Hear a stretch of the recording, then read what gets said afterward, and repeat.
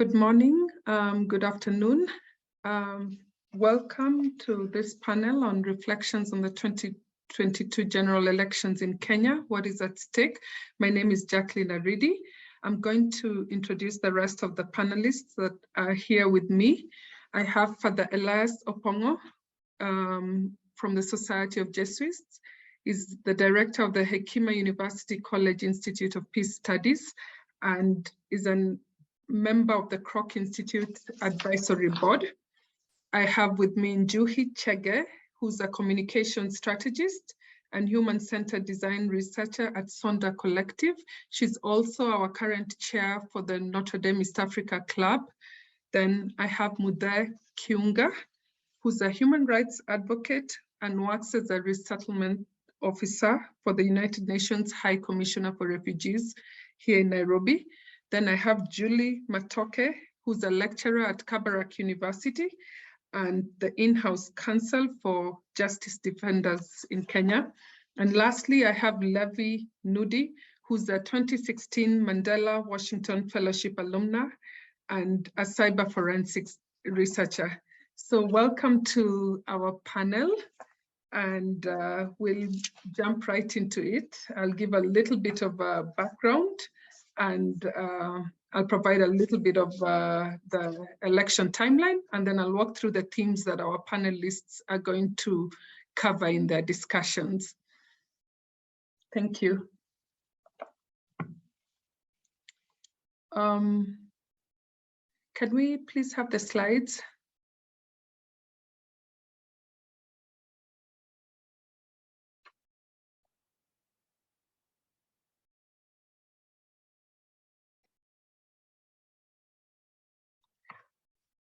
As we put across the slides, I'll just start with a little bit of background. Okay, no problem. I'll share my screen. Give me a short second.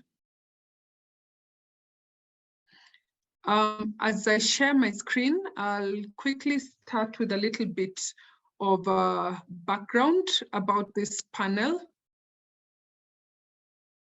The Constitution of Kenya requires that a general election be held on every second Tuesday of August and every 5th year. And this year, the election was scheduled for 9th of August in 2022. And as we all know, Kenya continues to struggle with management of elections.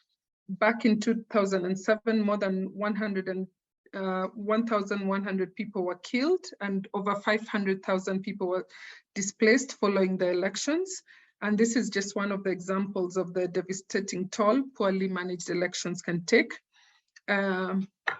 This panel, as I've said, features distinguished Notre Dame University alumni from the Kroc Institute for International Peace Studies, the Notre Dame Law School, the Washington Mandela Fellowship Program, and all these alumni are members of the Notre Dame East Africa Club. And we're going to explore the question, what strategies were put to reduce the likelihood of electoral violence almost 15 years after the 2007 post-election violence. Again, welcome to the discussion. Let me quickly just pull up the slides. I'm sorry about that.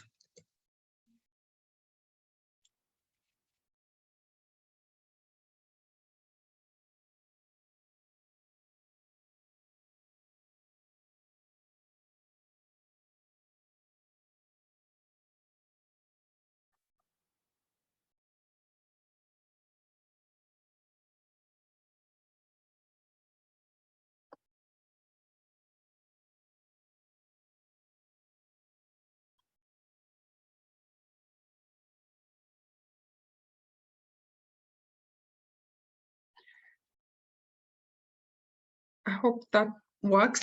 I'm very sorry about that. So I'll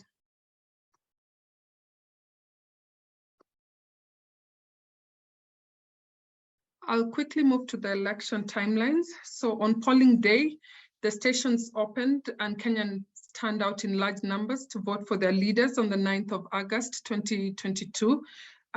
This was followed by the tallying and declaration of results. So the Independent Electoral and Boundaries Commission IEBC chairman, Mr. Wafula Chebukati, declared William Ruto the duly elected president-elect in line with the constitutional requirement on the 15th of August, 6 days after the polls had started.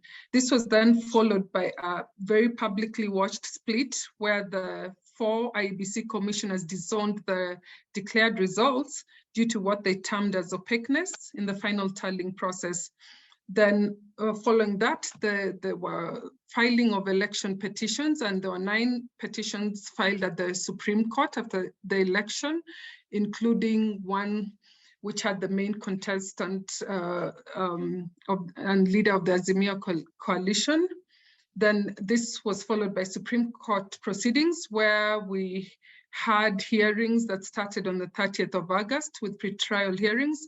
And at the time of our writing this, it was expected that a ruling be made 14 days. So this ruling was made on the 5th of September, and the Supreme Court dismissed all 9 petitions and declared His Excellency Dr. William S. Ruto as the 5th President of the Republic of Kenya. So I hope I've given people a good background, and we have a panel who's going to speak through 5 themes. One of the themes is trust and for and conduct of the institutions of governance, so the IEBC, judiciary and police. Secondly, the Supreme Court and Kenya's election processes. Then thirdly, there'll be social cohesion. Fourth, there'll be the role of media and communications. And fifth, the role of youth and technology. So I'll hand over the baton to Father Elias Opongo, who will take us through the first theme. Thank you very much. Thank you, everyone. I'm so glad to join in for this special panel by the Notre Dame alumni. As Jacqueline has already presented, we've just come out of a very interesting elections. They are very divisive, as many Kenyan elections are. And my task here will be to look at 3 key institutions that have been very instrumental in leading these particular elections and even in the previous one. The Independent Electoral Commission, which is charged with preparing, managing and announcing the results of the elections, and also the police, normally not so famous during election period because of a number of electoral violence that we've witnessed in the past. And then the Supreme Court that has gained a whole new perspective in the last 12 years since the promulgation of the new constitution in Kenya that made this particular body independent compared to earlier on when the state tended to have a very strong control. Now, if you look at the election timelines, and I've just identified here the years that we've experienced violence. The multi-party democracy emerged into Kenya in 1992, even though in lead up to independence, there was already multi-party democracy that was squashed just a few years after independence to have this big KANU party, or Kenya African National Union Party. So the 1992 elections had a lot of violence, particularly in the Rift Valley. 97, the same, and this specifically targeted the Kikuyu people and other immigrants who had moved into the Rift Valley region, which was the stronghold of the then President Moi. And then 2000, then Moi exited. He had been president for 24 years, but with the new dispensation, he couldn't run again. Presidential term limit had been pegged at 5 years. So he couldn't run again. And in 2002, his party lost, and his own candidate, Uhuru Kenyatta, then lost to Mwai Kibaki. But then Mwai Kibaki coming into power, the country was very polarized in 2005. And following 2 elections that came up in 2007 and 8, the elections results were disputed, particularly the presidential results. And this led to violence, particularly in the Rift Valley, in Kisumu, in Mombasa, and Nairobi, leading to the death of close to 1,500 people, and proceedings of the International Criminal Court interventions, that targeted 6 individuals. Among them was Uhuru Kenyatta and William Ruto. So Uhuru Kenyatta just finished his mandate and William Ruto has taken the mantle.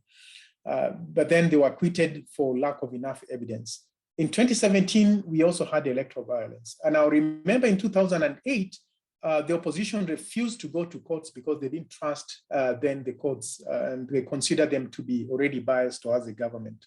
So the last elections 5 years ago were also violent to some extent, but mostly it was police violence against protesters in some parts of Nairobi and particularly Kisumu, which is a stronghold for the opposition then.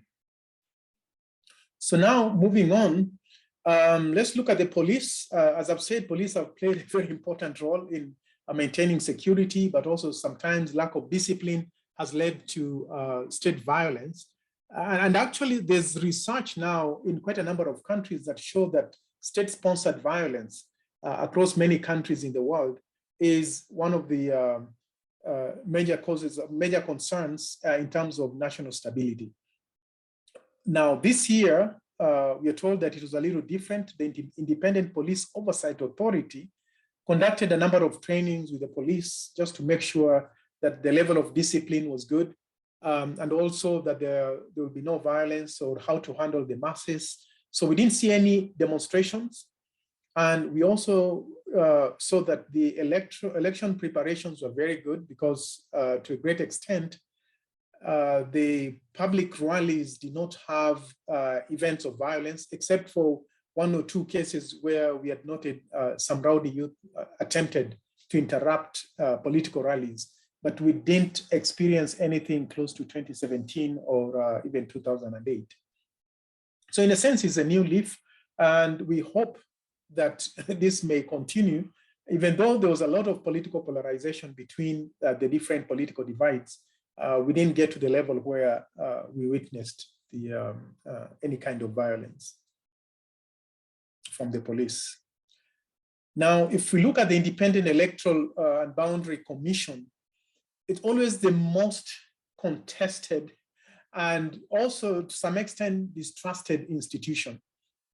Now, if we look at what had improved, based on the ruling of 2017 presidential dispute, the Supreme Court decided that there needed to be more transparency in the manner in which the IEBC conducted the process.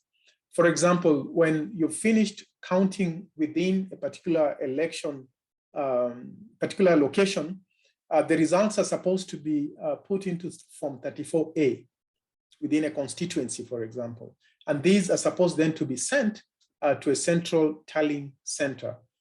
Now, this was always problematic because these forms could be changed in between wherever the location is and Nairobi, where the central tallying was taking place. So the requirement was now that once the counting has been done and the forms have been confirmed, you sign, all the agents of the parties sign, and then a picture is taken and is uploaded into the website immediately. So that was an improvement. And these forms were accessible to any public member who was interested to just go to the website, and you'll be able to confirm whether what you saw on the ground is the same that has been uploaded.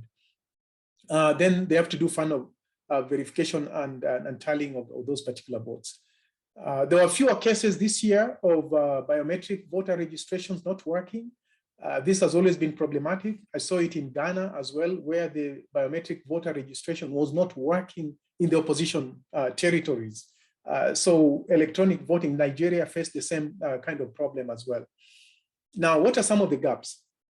I think the fallout of the IEBC commissioners, as Jackie already mentioned, the discontinuation of public display of the results towards the end, because they were displaying all these results as elections were going on, and everybody felt this was transparent and all the commissioners were involved, but towards the end, they stopped. And also they did not announce 21 constituencies before announcing the presidential winner of the day. So that created a lot of suspicion. There are also cases of maybe suspected server interference. Maybe there could have been hacking of the server. Now, these were not addressed and these didn't really come out. And the fact that the chair of the commission was seen to be a supreme chair that did not bring in the other commissioners towards the end. But the IEBC was vindicated by the Supreme Court. So the trust has been building up over the years. One of the good things that happened with these elections is that we had so many international observers, but also during the Supreme Court case, we had representatives from the African Union, COMESA, and Commonwealth that were present as well. There's IMEO One Kenya Alliance, which lost the elections, claimed that the IEBC was not transparent enough. Now, the last institution that I'll just touch briefly on, because my colleague Muthe will look into this a bit more strongly, a bit more in detail. Now, the Supreme Court ruling of 2022 was the third presidential election petition that we've experienced since 2010 new constitution. This means that there's been more trust in the courts, and rather than go to the streets, people believe that the Supreme Court will be fair enough to rule a case. There's been a bit of a challenge in terms of the 14-day limit. There are 14 days to decide on any presidential dispute or any dispute on the presidential results. So the judges themselves say that this was a very, very short time in terms of just the hearing. It was about 3 to 4 days. And then they had 2 days to retreat and make a decision. And they felt that this was not enough. And sure enough, even for the lawyers to prepare really a solid case, that's a very short period, so something that we need to review. And also maybe some of the weaknesses I noted within the Supreme Court ruling, consideration of some of the evidence that were presented. Some of the issues were avoided, like the external interference by the Venezuelan who are said to might have hacked the server and controlled some of the results. The fact that the IEBC perhaps should have been brought to task based on some of the things that the petitioners had raised, because the whole idea of the Supreme Court, and I think quite a number of commentators and even presidential candidates have indicated that this case was not just about the electoral results, presidential election results. It's also about electronic voting. And if the Independent Electoral Commission doesn't get it right, it sets a bad precedence, not just for Kenya, but for many other countries. And we know the US has had problem with electronic voting. We know that Ghana has had a problem, Nigeria has had this problem. So we really need to review it and look at what does it mean when you say Russians hacked into in the Philippines, when they say that Smartmatic actually gave 1 million votes to a candidate. What does that mean? And this is the same company that was hired here. So the other thing that I see is that the process is just as important as the outcome and the numbers. The former Chief Justice Maraga said that even though the evidence could not have been the best of all, but the fact that the process is problematic, then we also need to put the Electoral Independent Commission to task. The last thing is a bit anecdotal, just in terms of the language of the Supreme Court. I found that it was very logical, and they really tried their best to weigh on the evidence. But I would have used a little bit more encouraging language, especially for the younger lawyers who are just shooting out as with a big future ahead of them, because this ruling was being watched by people in many parts of the world. The court eventually, in their ruling, did not find enough evidence to nullify the presidential petition. While the petitioner side accepted the verdict, they sort of disagreed with the court ruling. In conclusion about this, I would say that it's been a learning moment.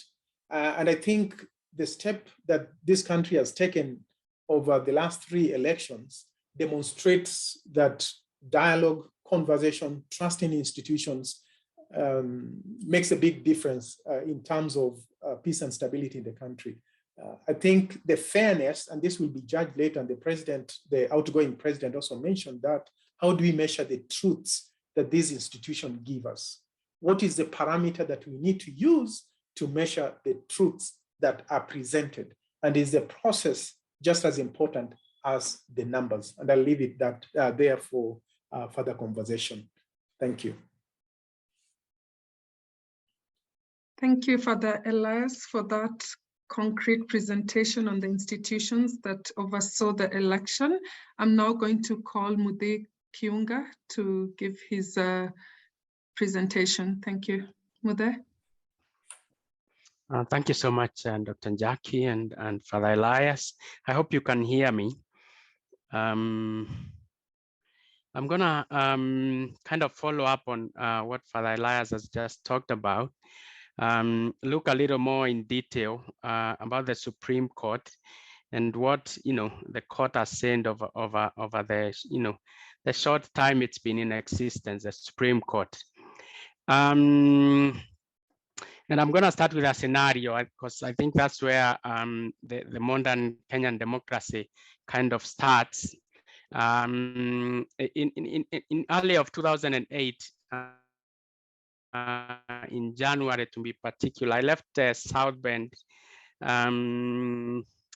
to go back to Kenya, and then I was going to work in South Sudan, and so I took that flight and landed in Jomo Kenyatta International Airport. I believe it was around the 4th of January of 2008, and I was shocked. I was a little like, am I surely in Jomo Kenyatta International Airport? It was totally deserted, and there was nobody, and there were no vehicles, and there are no people, and I was taken aback. And I got into a cab, and I asked the cab driver, "What's going on?" And he said, "Haven't you heard? This country is on fire. We are kind of killing each other."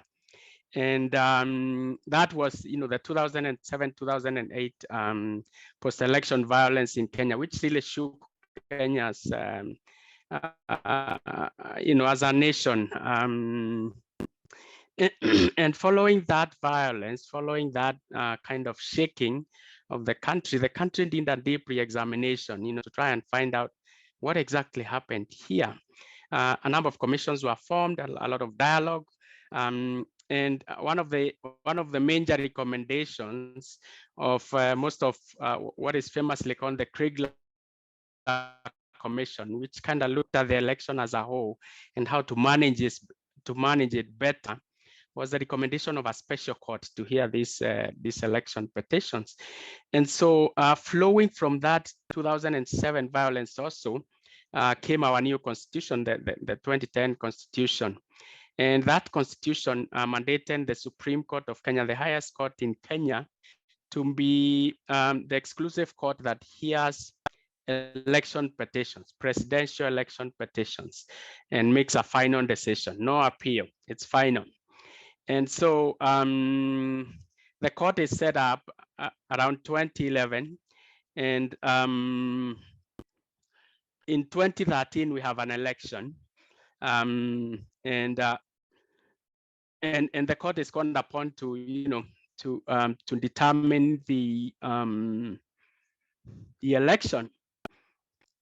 So this 2022, as Father Elias mentioned, was like the third petition that the Supreme Court has had. And I just want to look at the previous two and then the 2022 and kind of see how the court has kind of, affected how Kenya conducts elections. And so the 2013 presidential petition is found in the High Court. Remember, this is now a young court. It's headed by Dr. William Mutunga, who was before then an activist, like a human rights activist. And so there's a lot of expectation from the court to kind of nullify the election, because the person who had won, as Father Elias mentioned, were two people who are facing criminal challenges before the International Criminal Court. And so after the election, there is a dispute, and then 3 petitions are found in the Supreme Court challenging the election results. And the petitions were challenging different aspects of the election, varying from voter registration to the conduct of the elections, including the tallying and transmission of results. And the petitioners sought the election to be nullified because of fraud, failure of the technology. There was new technology that had been introduced, and other malpractices, including corruption and bribery. the Supreme Court approached the petition, the dispute, very cautiously. And it did a number of things. First, it ascertained itself as the constitutionally mandated arbiter in presidential disputes. But even more importantly, it laid a foundation for future petitions by setting some standards, including things like, what's the burden and standard of proof? Lawyers will know what I'm talking about. What is the court's jurisdiction? Where does, what is the court's power? And saying that, the polling station, this had been, kind of recognized earlier, but it kind of emphasized that the polling station is where the results need to be tallied. At the polling station, people come in and vote. The votes are counted there, and then the transmission is supposed to be without, verifiable, simple, verifiable, and transparent. But the court, kind of, fell short of the expectations of at least majority of the Kenyans on the, I don't want to call it the left, but those who are leaning towards, the court kind of nullifying the election. The court cautiously said, we will not nullify this election. We will declare that, President Uhuru Kenyatta and his deputy William Ruto, who at that time, facing criminal charges at the court went ahead to declare them president and deputy president. And so, there was a bit of disappointment. But that was that, and there was a bit of violence, protest after that, and a lot of people on who are on the other side were not very happy. And so we come again in 2017. And again, we have elections. And as usual, there were some memes going out there during this election time saying Kenya is a country where people cast votes, but it's the court, it's the Supreme Court that determines the winner. And so in 2017, again, after the elections, a presidential petition is filed challenging the election again. This time, not so many of them. It's famous on the Raila Amolo Odinga and another versus the IEBC and two others. And the court this time, and that's something that was shocking. It listens to the parties and all the submissions of both sides. And for some reason, the IEBC could not explain how, some of the irregularities that were cited by the petitioners. The technology had been improved again, but there were so many challenges. And so the court boldly makes a determination to nullify the election, finding that the election had not been conducted in accordance with the Constitution and the law, and that the election was neither transparent nor verifiable. Important to mention is that the court created the standard that the IEBC was expected by the Constitution and the law to conduct the elections in a simple, accurate, verifiable, secure, and accountable and transparent manner. It further held that in very groundbreaking manner that the election was not an event. It's not just the election. It's a process, and the court, when called upon, will look at the entire process, going all the way from voter registration to the voting to the announcement of the results. So the court ordered the IEBC to conduct another election, which was conducted within 60 days. And the president and his deputy, the petitioner, Raila Amolo Odinga, did not participate in the repeat election, and so they went ahead to become, the president and deputy. So that's 2017, and now then just concluded the 2022 elections. Again, the two main sides in the presidential contest went to court. This time there were 9 petitions, which were, two of them were struck out, but 7 of them were kind of consolidated because they were kind of raising this similar issues. IEBC after 2017, after that shock, and done some reforms, trying to work on the technology. How do we make sure that it's transparent, it's accountable, and they had done they had taken some measures to ensure the mistakes of 2017 were not going to be repeated. And IBC this time said, after you vote at the polling station, you have agents there, the votes are counted, and then you upload the form that declares the presidential election. You upload it into this system, election system, and it's directly transmitted to the National Tallying Center. Which I think was very transparent, but the petitioners, the 9 petitions, still challenge the outcome. And some of the issues included the technology. The petitioners claiming that the technology was not user friendly. It failed in a lot of places. Interference with the transmission. They claimed that it cannot be verified that what was uploaded at the polling station was actually what went to the National Tallying Center and therefore went into the declaration of the results, and other things, including the tallying and the tallying and the whole process of verifying the elections. And among the other issue was the constitution of the threshold. So the constitution requires whoever is declared president to have at least 50% of the votes cast plus 1, like a majority. And the court, after listening to all the parties, both sides, usually the smartest lawyers in the country go to the Supreme Court and argue from both sides. After listening to both sides, all the arguments, came up with 9 issues for determination. And just this week, actually, the court gave the 2022 elections a clean bill of health, and upheld the what the IMBC had declared as the results.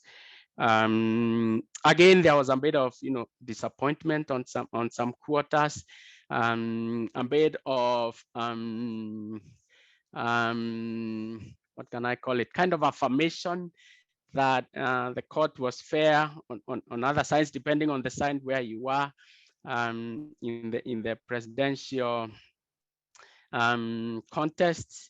But I want to conclude by saying how happy we are, and kind of highlighting the most remarkable thing in the 2022 election. Throughout this whole process, from the voting time to the whole time when the court gave the judgment on the petitions, there has been peace in the country and calm. No violence at all. In the past, there has been, protests, a lot of violence. This time, there was peace. Nobody went out to the streets. There was no property was destroyed. No people were injured. Father Elias talked a bit about the police. There has been, a lot of fatalities in the past. And so this was really remarkable, and we are really proud as a country. And we hope that this demonstrates the maturity of the Kenyan democracy and the trust that Kenyans have come to accord these institutions, because I think it all boils down to trust for these institutions, their ability to protect the right of the Kenyan citizen to vote. Jackie, in the interest of time, I'm going to stop there. Thank you, Muthe. Thank you for going through the history of the petitions that we've had in a very elaborate presentation. We're very grateful for that. I'll call upon Julie Matoke to walk us through the theme of social cohesion. Thank you so much, Jackie. I was asked to speak about social cohesion and particularly focus on the issue of citizen participation and voter turnout. I will start by historically saying that, by noting that historically in Kenya, we started voting in 1920, and then subsequently we got our independence in 1963, and Kenyans have been voting, so to speak, since then. Now, historically speaking, we have evolved through the ways we vote. For example, we've had scenarios in Kenya where people have voted by queuing, which is famously known as the Mlolongo way. And then we've had where people have also voted by secret ballot. Our current constitution allows every citizen to vote, and therefore we all vote by way of secret ballot. During the voting process, we vote, we sort of do 6 mini elections, because you're electing 6 different representatives from the lower level to the highest level of the government.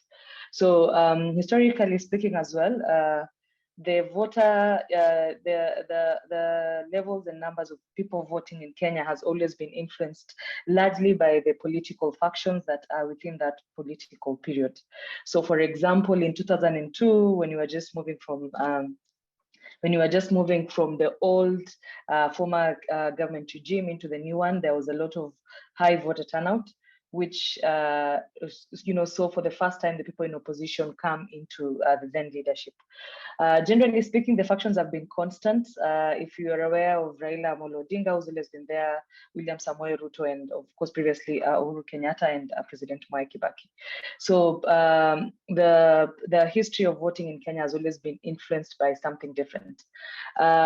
In 2013, for example, there was a lower voter, 2013 and 2022, there's a registered lower voter turnout, but largely because of the post-election violence that we experienced in 2007, which has largely affected how votes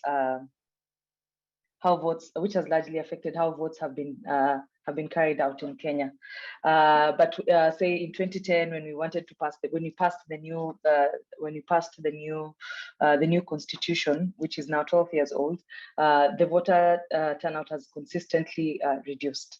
Now in 2022, we had a total, according to IBC statistics, we had a total of 22 million registered voters in Kenya. However, the voter turnout was at 64%, which was very low as compared to all the other previous years. People have tried and understand why 64% what has been the cause of this low voter turnout, and there've been various reasons that have been linked to this. For example, we have various people. We have 22 million registered voters. However, we have 64% turnout, and out of the 64% turnout, the remaining about 36% that didn't come out to vote have ascribed to various reasons. Some still ascribe to, the violence they faced in terms of the post-election violence in 2007. Some also, because of tough economic times that Kenya has had to undergo through recession and things like that, that has largely affected. We also had some other judicial developments, like the Kenyan government wanted to sort of have a referendum to overturn the constitution on the aspects of BBI, and that largely contributed to voters who are also very much unhappy. One thing I'll probably note from Mude's presentation, as I almost come to a conclusion, is one of the things that the court actually addressed was the issue of voter turnout and the aspect of voter suppression, of voter apathy. And there was an interesting debate before the Supreme Court in Kenya, where the petitioners were trying to convince the court that the person who should be pronounced president should have had a majority of the 22 million registered votes. However, and then there was also the respondents telling the court to do a calculation of a percentage of the voter turnout voter turnout that had already been counted. So the Supreme Court, of course, ruled in the affirmative, and they went with the stand of the commission. That was that you have to calculate registered votes in terms of the voter turnout that you had, the number of voter turnout you had received. The other issue that came out was we saw the IEBC, that is the Electoral Commission Body of Kenya, cancelling elections in specific areas of the country. The petitioners were also trying to allege that this cancellation of elections affected affected things like voter turnout, affected the number of votes they got, and that all this contributed to them losing the election. However, the Supreme Court again noted that there was no voter suppression, and just because a specific position has a specific mini election has been cancelled by the IEBC because of justifiable reasons, then there would not be voter suppression in terms of affecting the petitioners. The other interesting historical thing that we saw that was good practice from the IEBC was that we had the ballot boxes for the first time being opened, on the eve of the election. This was also a way within Kenya was trying to reduce the aspect of corruption and probably people rigging the elections and things like that. So I wish to end my very short presentation there. I think I've captured the issues of causes of voter apathy, and over to you, Jackie. Thanks, Julie. Thank you for walking us through the voter turnout issues that we had in the election.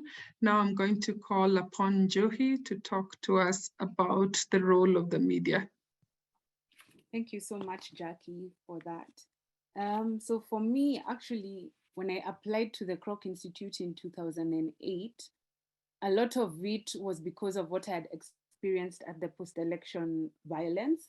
It affected almost actually every household, fear, not being able to leave your house, to buy food, to check on your loved ones, to work. So sitting here today to brag about what a successful, peaceful election we've had is quite special. There were some instances of,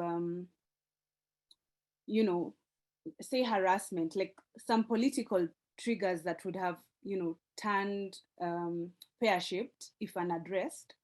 So harassment of some candidates, especially women candidates during the primaries. Unfortunately, an IEBC official was found murdered, and the case is being investigated. And during the announcement of the president-elect, there was some fracas during that announcement. So, there's been minor cases, and unfortunately one that was quite tragic. But overall, we did see majority of Kenyans maintain peace and calm as expressed. And from my vantage point of view, what I saw different is, new political dynamics. So Kenya is undergoing a severe drought. There's increase in food prices, fuel prices. COVID happened, world over. So those repercussions are really being felt.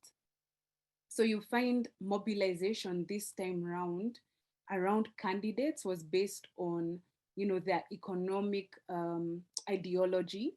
Are they speaking about job creation? Are they speaking about social welfare? So that was quite a different thing, rather than organizing around political parties which are ethnically aligned. Another thing is, and it's been touched on, just the sheer transparency. We actually weren't ready for just how transparent the IEBC was in terms of, scanning the results at the polling station level and then uploading it on their public server. And this meant that political candidates, the media, analysts, interested citizens could just easily go on their website and do their own tallies. Only that the sheer number of numbers you'd have to go through was, quite something. So for me, I want to just talk about an interesting aspect of what came up when thinking around media. And one of those things was just misinformation. So with the proliferation of social media platforms, Facebook, TikTok, Twitter, you find that there's a lot of information flying around, which, made it quite difficult for us to know what is real and what is not. There's about 12 million estimated social media users in Kenya. And if you can see there, TikTok is one of the most downloaded apps.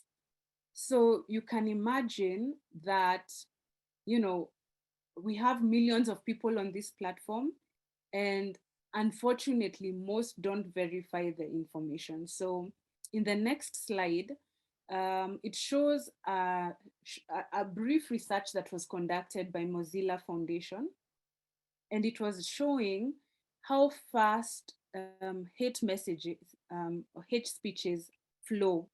So you can imagine just 130 pieces of content reaching 4 million people. And this was quite, scary information. It was calling some of the leading candidates, warmongers, murderers. So you'd find, content with, scary music, bloodshed, really reaching young people, really people who can be influenced by this sort of information. So that was quite serious.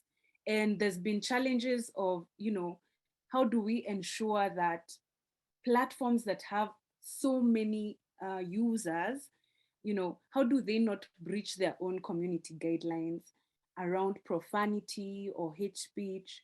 And how do their algorithms incentivize messages that are truthful or messages that are spreading peace rather than the opposite, which was tending to happen? So that said, you find that when thinking around the media, there's a couple of things happening.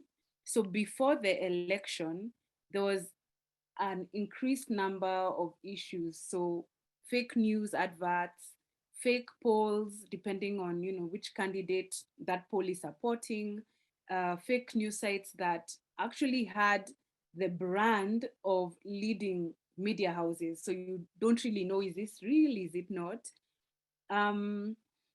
So those were key things that were really problematic, had to verify, had to track, had to bring down, had to even know the source. So when thinking around, what can we do better? I think that's one of the key things to focus upon. Another really special thing was just how accountable people were. So peace messages from private sector, from the civil society, from government institutions, that was one key repetitive message, that no one is out here to help you. If you're injured in those rallies, you're going to be violent in. And then on election day, something that was really special also was that every media house was literally spotlighting the ballot.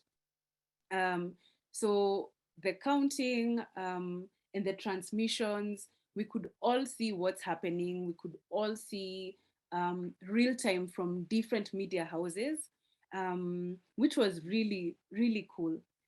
And after the elections, again, what was interesting is that you could have been in a different world watching one station and a different world watching another one.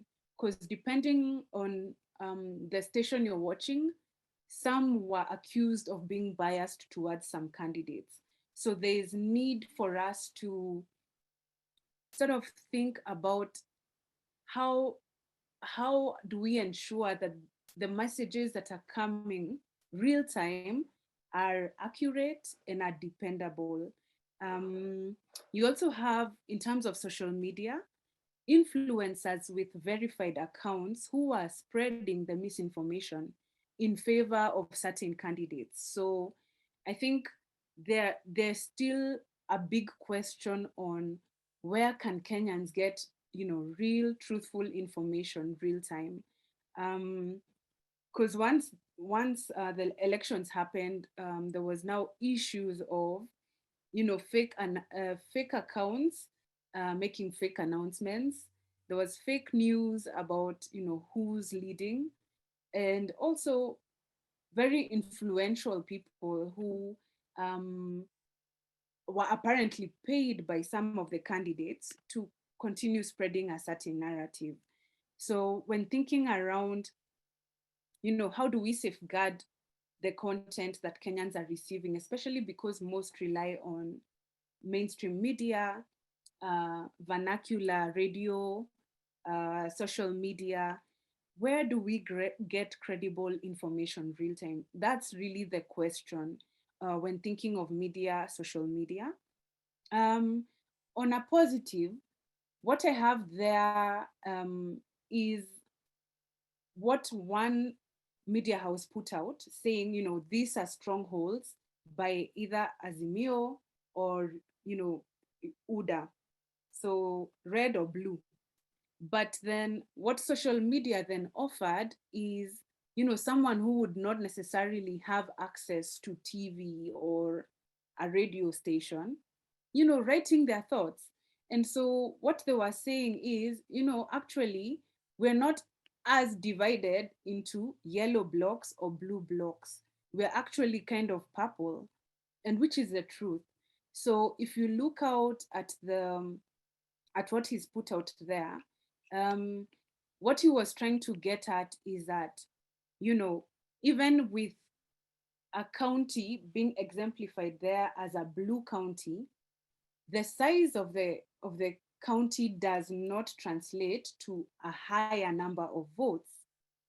And the second thing is, you do have a mixture of support. So you'll find people supported all 4 leading candidates within the same county. So then social media really offered Kenyans on Twitter, which is a movement, a space to be more critical about the news we're receiving, an opportunity to question what we're receiving, and an opportunity as well to share what we read.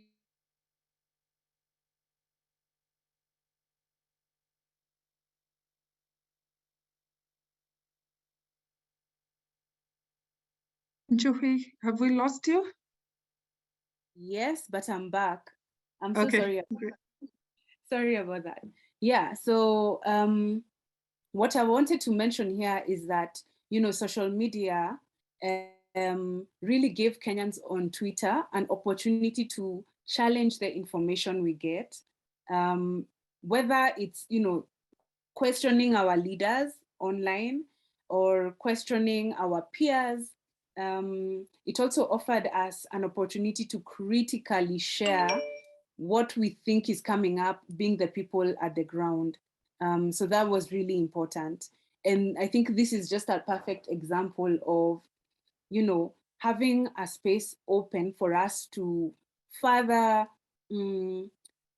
share ideas on continuing to improve our processes.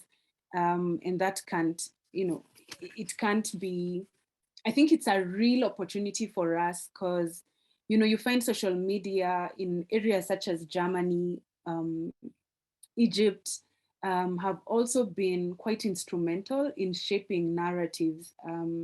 So for us going forward, I think my key question for us is, how do we ensure that social media platforms are adhering to their own policies? So that the content is as close to the truth as possible. And that will also ensure that, governments can hold, social media platforms to book for any transgressions that they have. But that's what I have for today. Thanks. Thank you, Njuhi, for a very comprehensive conversation around the role of social media and how to hold them accountable. Lastly, we'll go to Levi. Levi Nudi is a Mandela Washington Fellowship alumni and is going to tackle the role of the youth and technology. Levi, the floor is yours.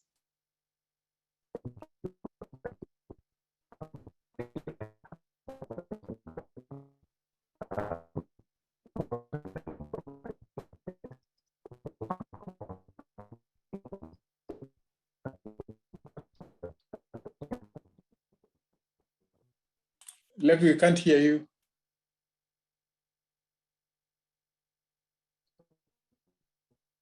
No.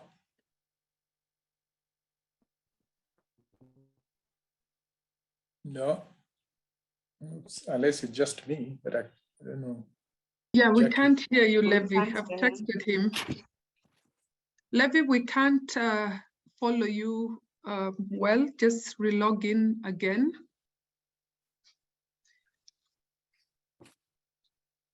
As Levi logs in again, maybe we can put in our questions in the chat so that we can start giving the panelists who have given us a really great breakdown on the Kenyan election, the Supreme Court process, the role of social media, the perceptions that these different players have created in people's minds about the fairness or lack of fairness of the election, and how Kenya as a democracy has improved.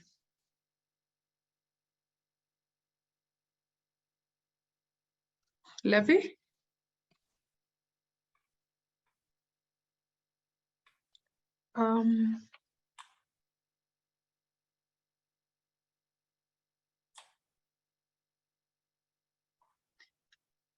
Okay, in the case that Levi comes in, we'll just jump right back to his presentation. In the meantime, we had some questions that had come in from the panelists. Maybe we can start handling that as we wait for Levi. We had one question on how do the recent elections influence female political leadership in Kenya? And Njuhi, I would give you that question to answer.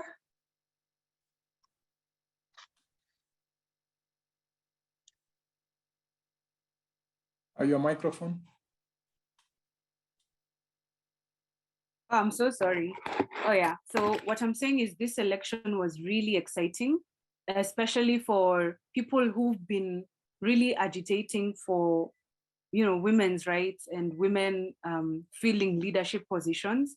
So you find there was an unprecedented number of women who got the big tickets, so governorship. Last time, 2017, we had 3 female governors. This time we had 7.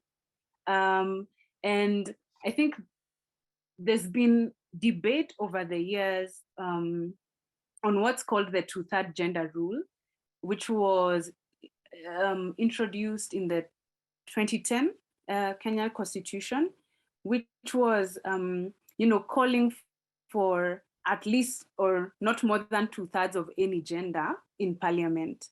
But finding ways to push it or implement it has been tricky. And Kenyans haven't really been pro affirmative action. But I think it now really shows the power of affirmative action in really pushing women who initially got into parliament through nominations, for instance. What we saw them doing now is moving into elective posts, like a natural transition. So nominations help women, you know, build confidence around their, you know, their ambition for leading, but it also gives them ideas on how to deal with fundraising, public speaking, mobilization. So we can't really knock the power of affirmative action, and also need to appreciate that these are conversations that have been happening for decades, since the Beijing conference. So women empowerment organizations have been hard at work over the years. When I'm also thinking around,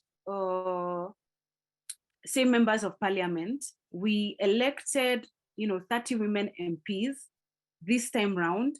In 2017, just 23. So 3 female senators were elected this time round, and the same number, 3 in 2017. So in various categories, we've seen a rise of the number of women who ran for elective posts. However, though, one more thing, we have Martha Karua, who ran for the role of deputy president with a very high chance of winning. So I think this is also one thing that we need to celebrate, because one of the key issues on political leadership for women is that you find parties hand women tickets in areas where they have no stronghold.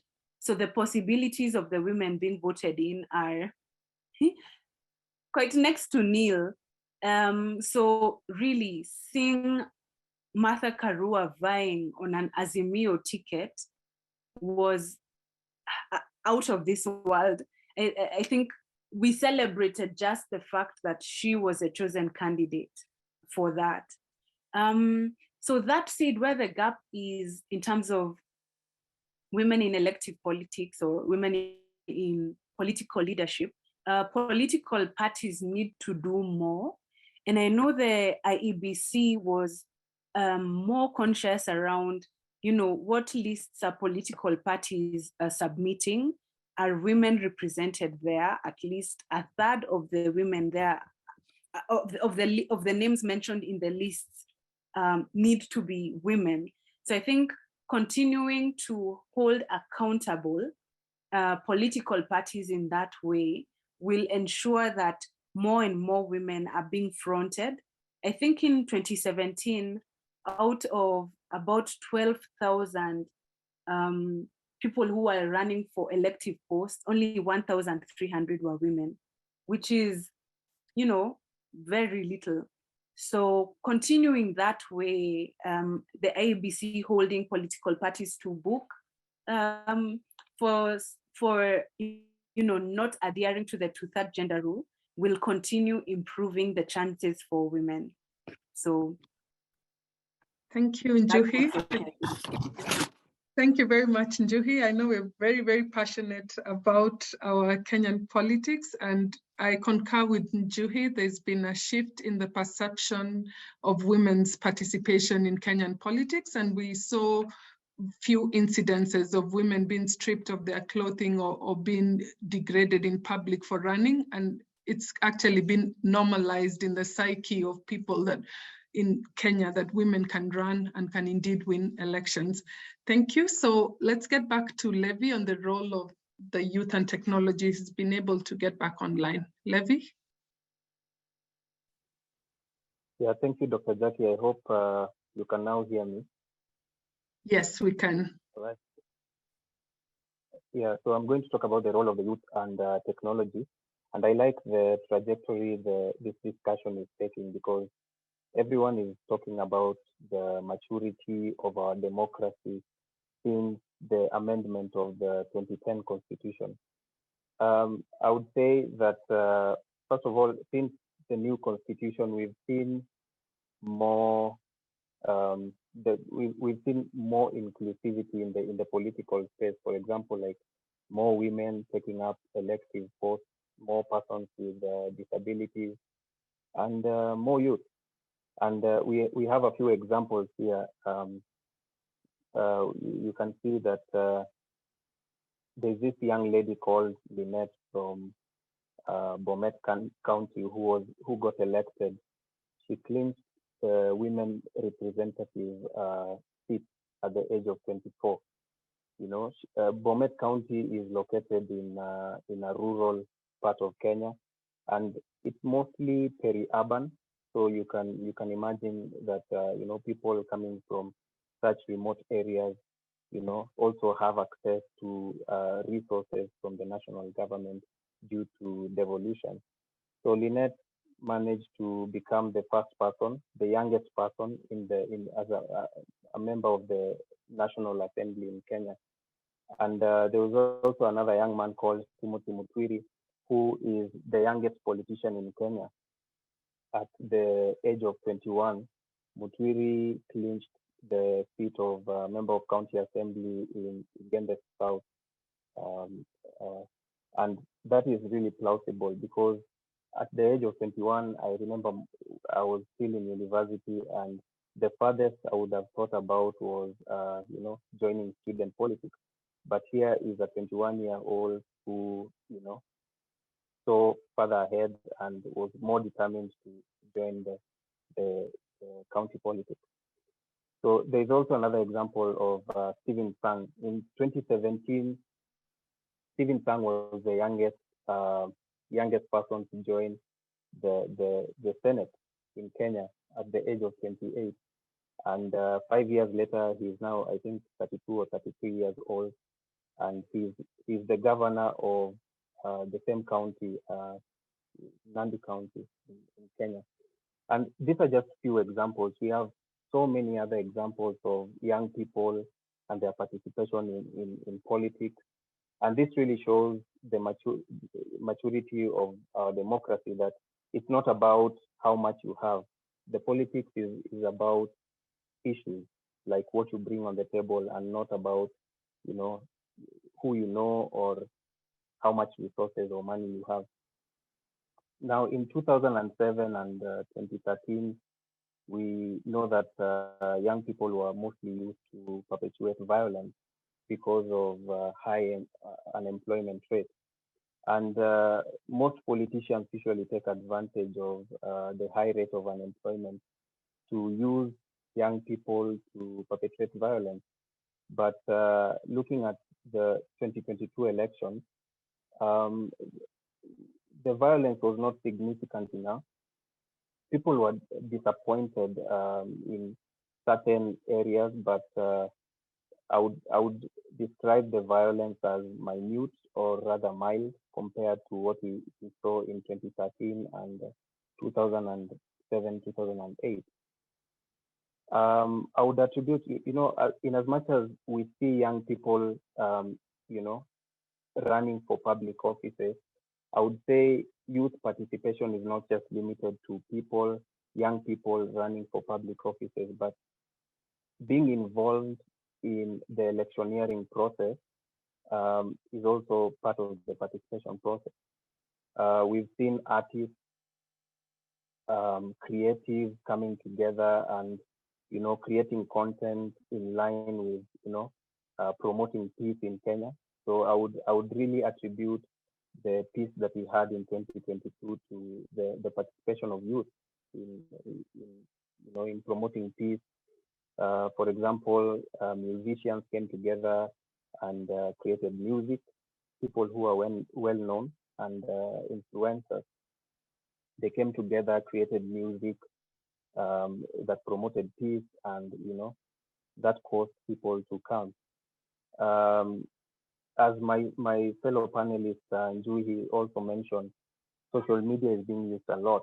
Facebook, TikTok, um, WhatsApp are on the top of the chart.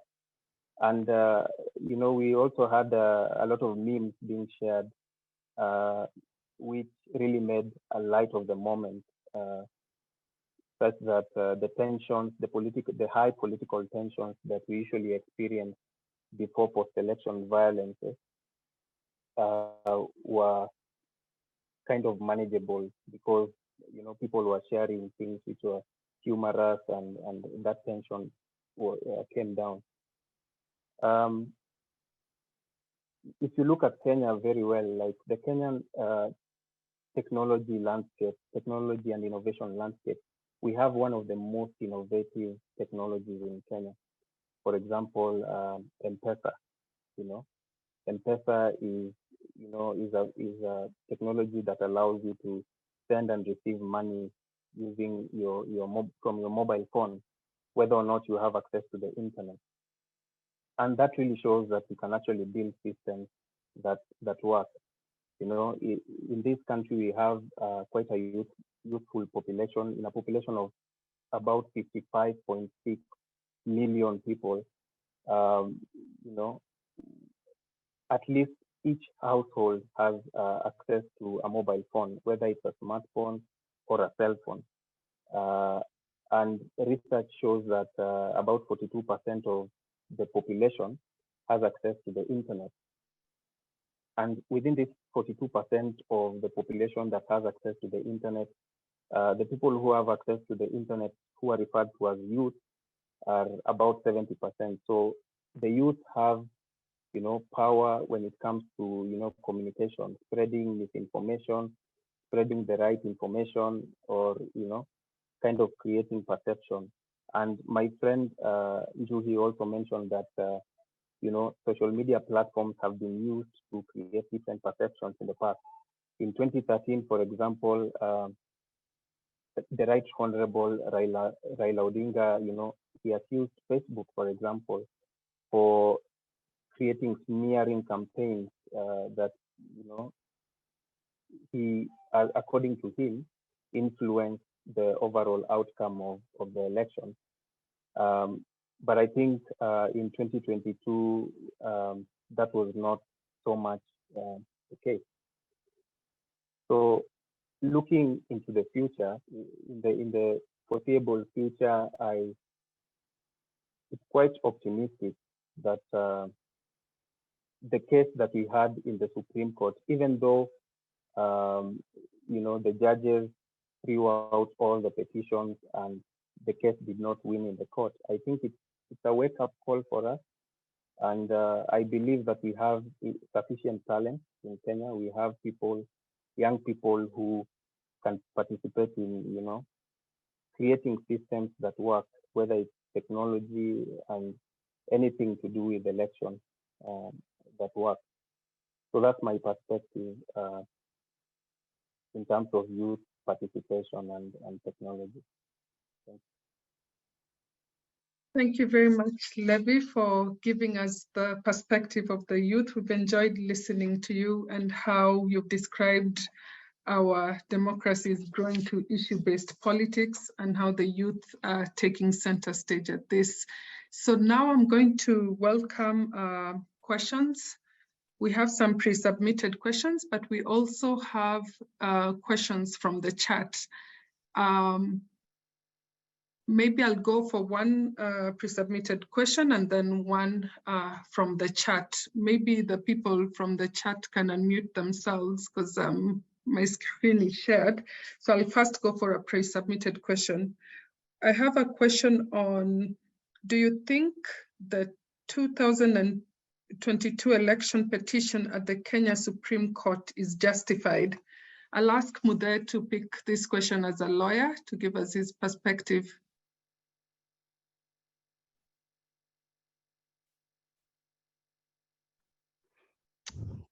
Thank you, Jackie, again. Maybe before I go to the petition, I think Johe forgot the major one for women. We had 7 governors from I think just to the previous regimes, which has been hailed as huge. Governors are like heads of counties, and so to have 7 governors, these are like these are strong political positions. So and we actually had a county where almost all the elected leaders were women in Nakuru. And again, it went around the social media. So just to mention that.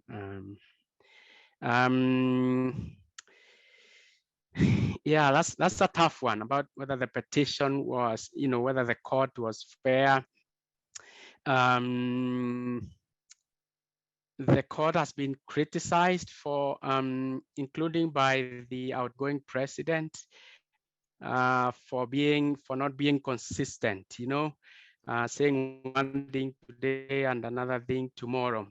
And I think that comes from the place of the court in 2017 saying that it's not too much about the numbers, it's about the process, how the process has been carried out.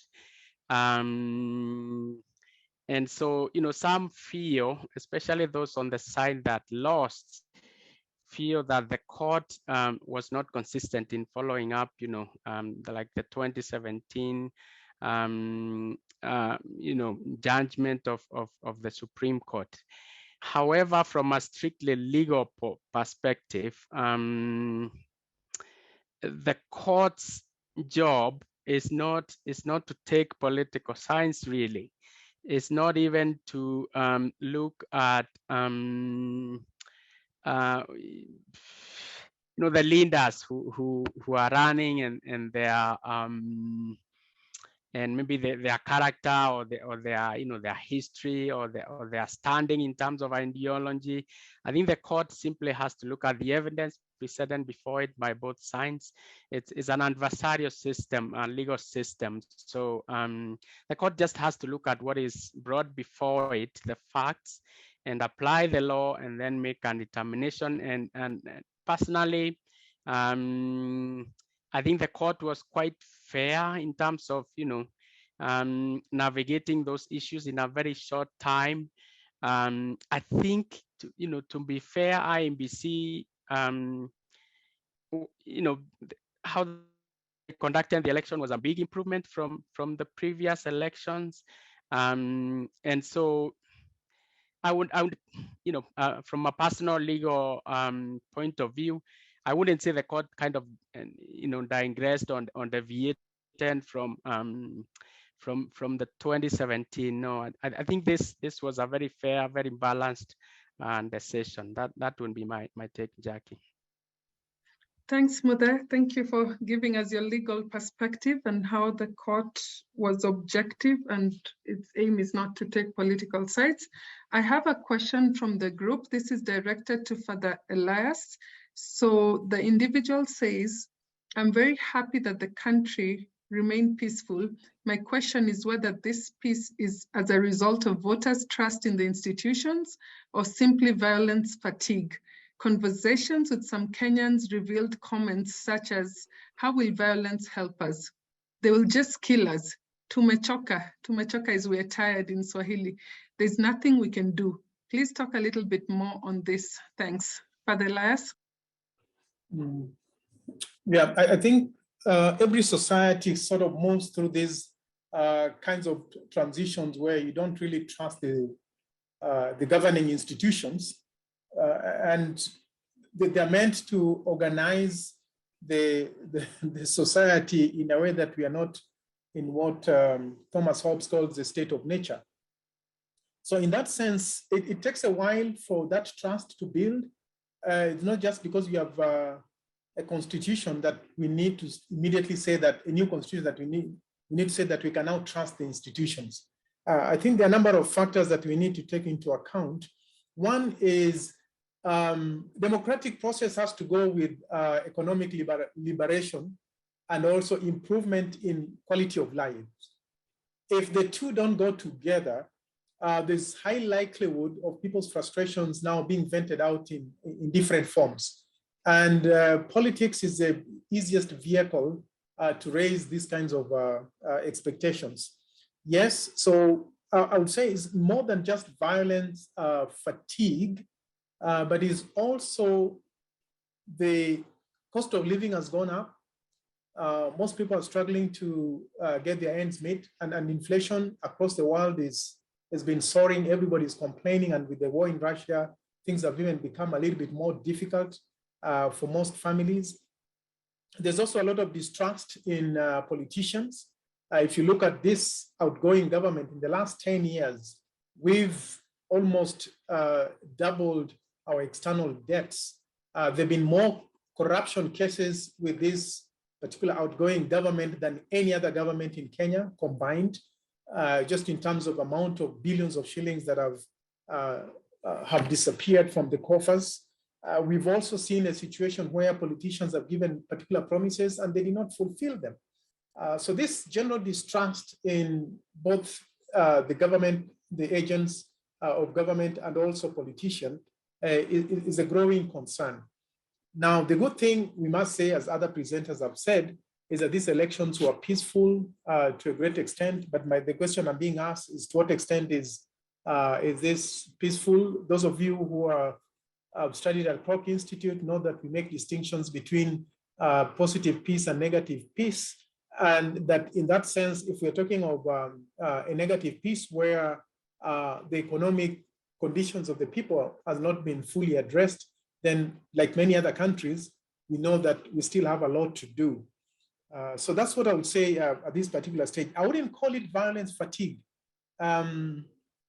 because 2002 is not as though all our elections have always been violent. 2002, we had a very peaceful elections and a transition that saw KANU, the then ruling party, and the president who's been there for 24 years, and the party that had been there for 40 years, left power peacefully. And also 2013, you may disagree with me, but it was more or less peaceful as well. So not so much violent fatigue, but it could be a postponed frustration. But also on the positive side is the growing trust in the institutions of governance somehow.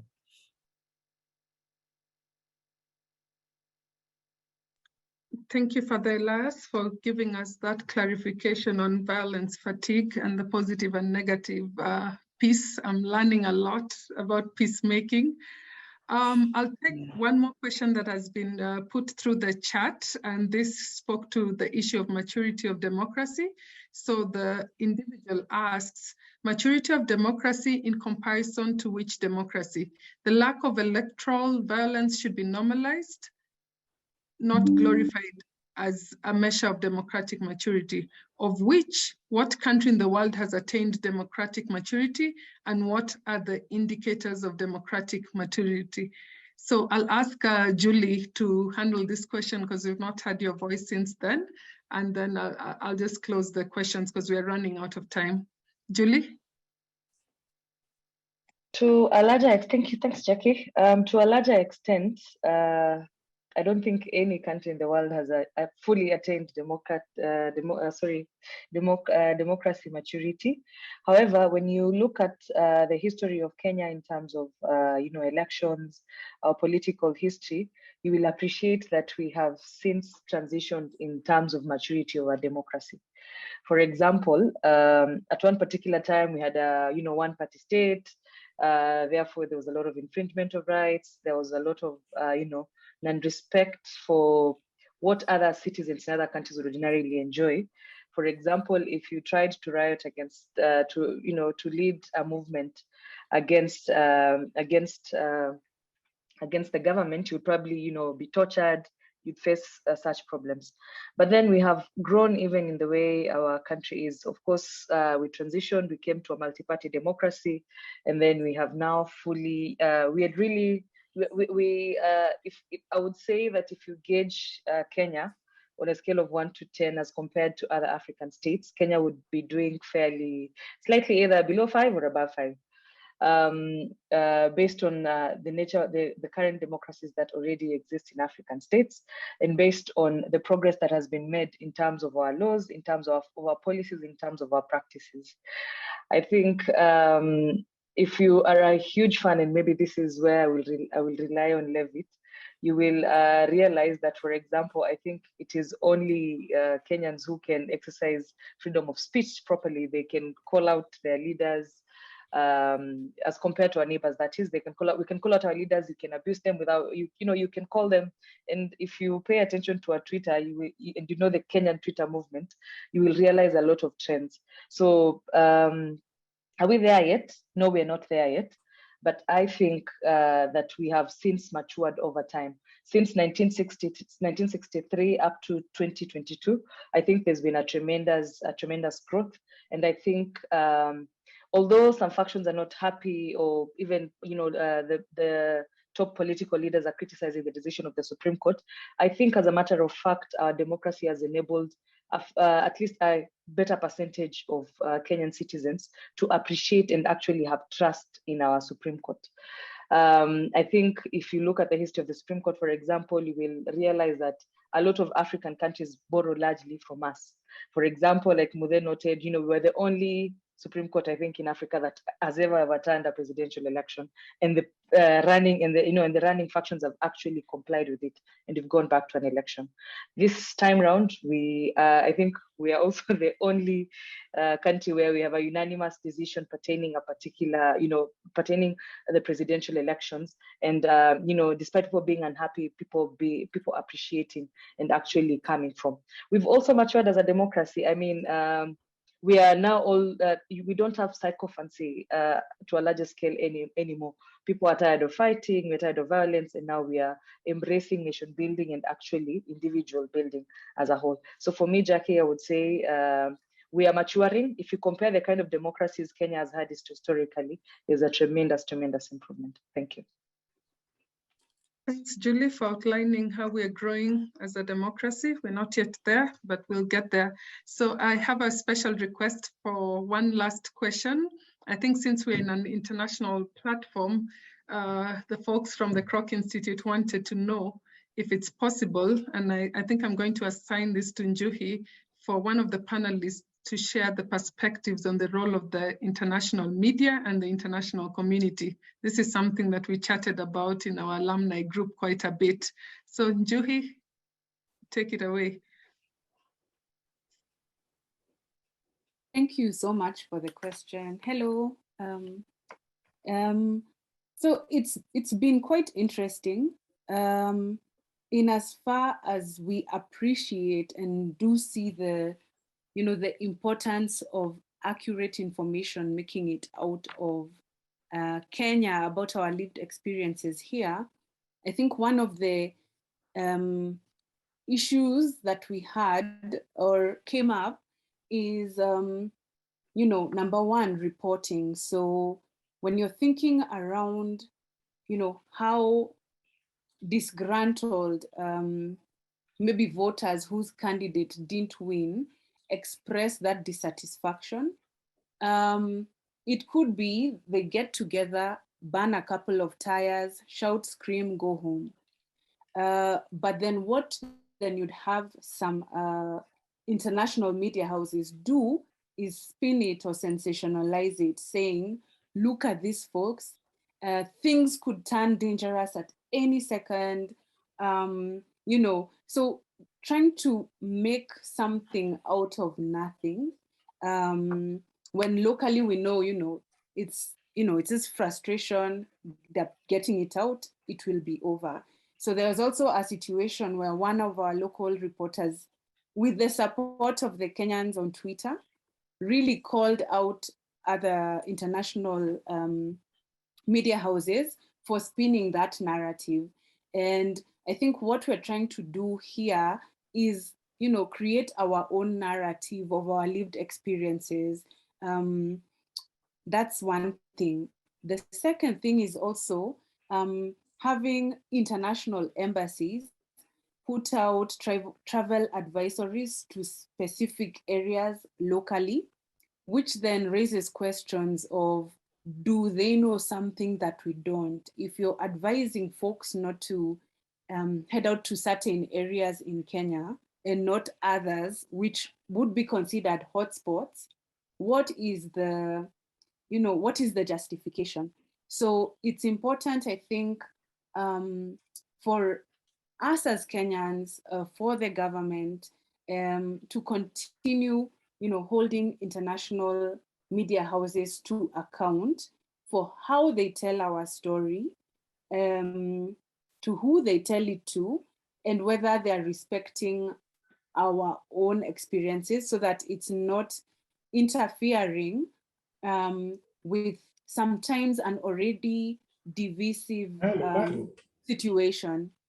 So that's what I would say around international media. Thank you, Njuhi, for clarifying the role of international media, which was something that was. Can we please mute whoever is not on mute? Thank you. Thank you, Njuhi, for clarifying that to our international listeners. I think we're on the hour, and we have more questions, but we can have a second session or something. This discussion has been very interactive and very passionate for us Kenyans who have lived through some of these elections, but it's 6:30 and we have to stop. I'd just like you to allow me a few minutes to give a vote of thanks. First, I'd like to thank our panelists. I hope they answered the questions for you. Our research question was, what are the strategies that have been used to reduce post-election violence 15 years after the 2007 election? And we saw our 5 excellent alumni from Notre give us themes, and we saw Father Elias speak on police conduct and reforms, the Supreme Court, IBC, and all the institutions that have been changing how they behave towards governance. We saw Muthe talk to us about the Supreme Court processes and addressing the petitioners. We saw Julie Matoke talk about voter turnout and voter apathy and the reasons behind that. We saw Njuhi show us social media, how to adhere to protocols and how to deal with misinformation and whether they trigger violence or not. And lastly, we saw Levi speak about maturity in democracies and how youth participation is leading to issue-based politics.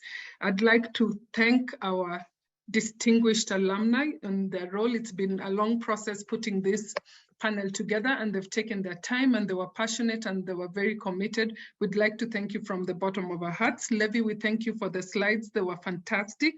And I'd like to thank, first of all, the Kroc Institute for International Peace Studies. This panel came as a conversation between myself and Andy Kaufman and the Alumni Association, who we have been engaging with to make more meaningful contribution from our alumni on the African continent. So this is one of many other panels that will bring you our alumni and give them voices on campus to try and explain their experiences using research and the knowledge that they gained through their lived experiences and also their schooling at Notre Dame.